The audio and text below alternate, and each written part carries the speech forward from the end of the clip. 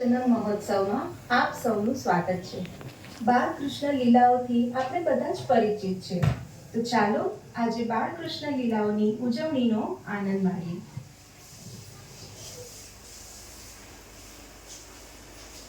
શરૂઆત કરીએ કંસનો કારાગાર। ઝાંખી 1। વાસુદેવ અને દેવકી કંસની અંધારી કોટડીમાં કેદ અનંત વેદના સહન કરે છે અને પોતાના અતૂટ વિશ્વાસને પકડી રાખે છે કે તેમનું 8મું બાળક ભવિષ્યવાણી પૂર્ણ કરશે અને કંસના ક્રૂર શાસનનો અંત લાવશે। શ્રાવણ મહિનાના કૃષ્ણ પક્ષની અષ્ટમીએ મધરાતે બાળકૃષ્ણનો જન્મ થાય છે અને ચમત્કાર રીતે વાસુદેવ દેવકીની બેલડીઓ ખુલી જાય છે। કારાગારના દરેક સૈનિકો બેશુદ્ધ અવસ્થામાં જતા રહે છે અને એ સાથે વાસુદેવ માટે કારાગારના દ્વાર ખુલી જાય છે। ઝાંખી 2। યમુના અને બાલકૃષ્ણ।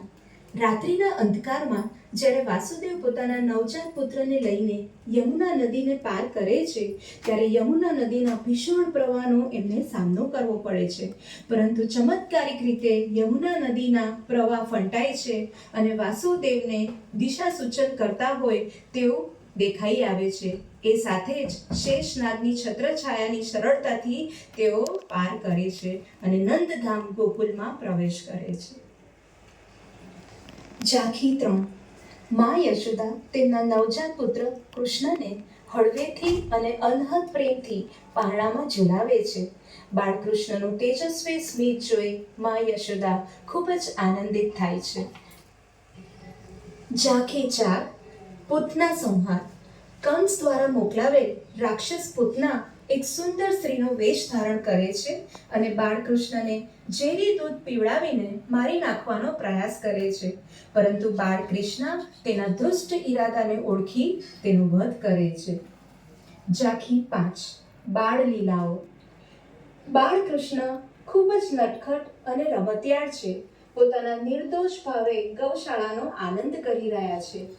તેમનો ગાય માટેનો પ્રેમ અનહદ છે અને તેની સૌથી પ્રિય ગાય ગંગી। બાળકૃષ્ણ જ્યારે અનેક ટીખળો કરી તોફાની રીતે દોડે છે ત્યારે મા યશોદા જે ખૂબ પ્રેમાળ છતાં કડક એવા સ્વભાવે તેમને પકડવાનો પ્રયત્ન કરી રહ્યા છે।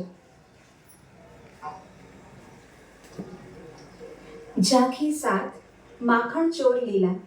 બાળકૃષ્ણ તેમના સખા ગોપાઓ સાથે માખણ ચોરી કરવા ગોપીઓના ઘરમાં ઘૂસી જાય છે અને પકડાઈ જાય છે, પરંતુ તેમના નિર્દોષ સ્મિત ગોપીઓના હૃદયને પીગાળી નાખે છે અને આ દ્રશ્ય માખણ ચોરીની દિવ્ય લીલા બનાવે છે। મા યશોદા તોફાની કૃષ્ણનો પીછો કર્યા પછી હતાશા સાથે તેમની ઓખલી સાથે બાંધી દે છે। અહીં બાળકૃષ્ણ પોતાની દૈવિક શક્તિથી ભારેખમ ઓખલીને ખેંચે છે અને પોતાનો ચમત્કારિક સ્વભાવ છતો કરે છે। લીલામાં કૃષ્ણ સ્નાન કરતી ગોપીઓના વસ્ત્ર છુપાવે છે અને તેમને શરણાગતિ તેમજ ભક્તિનો પાઠ શીખવાડે છે। આ લીલાનું મૂળ પ્રેમ અને શુદ્ધતા છે। મટકી ફોડ લીલા।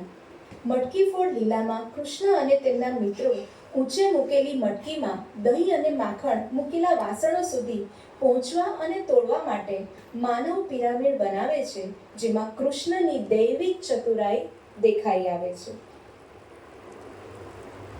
ઝાંખી 11। ગોવર્ધન લીલા। કૃષ્ણ ગ્રામ્યજનોને ઇન્દ્રના ક્રોધિત વરસાદથી બચાવવા માટે તેમની નાની આંગળી વડે ગોવર્ધન પર્વતને ઉપાડે છે અને વૃંદાવનના લોકોનું રક્ષણ કરે છે। અહીંયા તેમની પરમ શક્તિ અને પ્રેમનું પ્રદર્શન થાય છે।